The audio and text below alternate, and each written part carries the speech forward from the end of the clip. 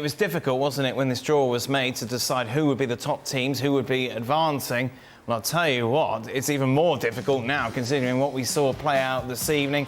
Newcastle are top of the table, PSG then second, Milan third, Borussia Dortmund bottom. Who's going through, Frank? Well, I don't know if it's a good thing to Newcastle to start that well, because it will prepare the other team in a better way in front of them, knowing that they have strengths and talent. So maybe at some point they're going to be taken seriously, and maybe they're going to be punished. Well, I still think that I would say Paris Saint-Germain and Milan can do the job, but well, if Newcastle keeps on working that hard, they have a chance to go through. So I still go for Paris Saint-Germain and Milan, but allow me to have a little thought about Newcastle. Next up, it's the double header, isn't it? So we'll see Newcastle play Dortmund home and away, and PSG play Milan home and away as well. Ooh. Well, I think that was a mind changer, that performance, really. That, you know, when you saw, for those that saw the game in Milan against Pioli's side, it was a game that they should have lost, really. It was not a great performance. And it looked like the Champions League, particularly the way they'd started the season, was going to be a little bit too much for them. And that might be the case, but I certainly think if you want a shot in the arm, then that was it tonight. So I think that certainly changes the mindset of some of the players about, are they ready to be in these group stages? Who have you got going through?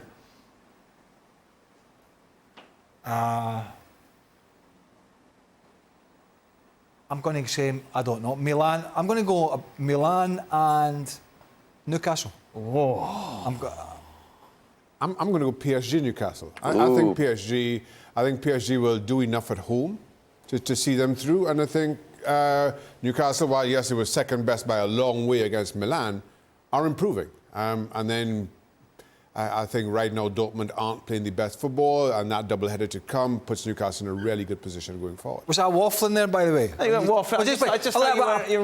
If you think I'm waffling, just get to me early and say you're waffling. Get me. I'm not offended. No, I think I did. I think you took too long. Well, I wasn't sure where you were taking us. You allowed me to waffle too long. Just give me a scoreline. I'll give you it, or whatever. Who's going? Gab, who's going through? The waffle alarm is out. I refuse to believe that Luis Enrique can be this bad as he was tonight, and even as terrible as they were. And I'm going to translate from Luis Enrique language or mindset here. You had two defensive errors, and then the fourth goal was a shot from Fabian Schär, which could have gone anywhere, and PSG squandered a bunch of chances. Everything fine, nothing to see here. I suspect he'll be right in terms of Paris Saint-Germain advancing. I'm going to lean Milan for the other one. Of course you are, Gab, because you're Italian. Well, no, because I watched the first leg, and you know what? It's great winning games with 27% possession and stuff at home and mitigating circumstances. No Botman, no Joelinton, no Callum Wilson. But, you know, at some point, you got to produce. And I'll be curious to see. We'll learn a lot, I think, from how they perform against Dortmund. So right now, I'm going to say Milan and Paris Saint-Germain. But you know what?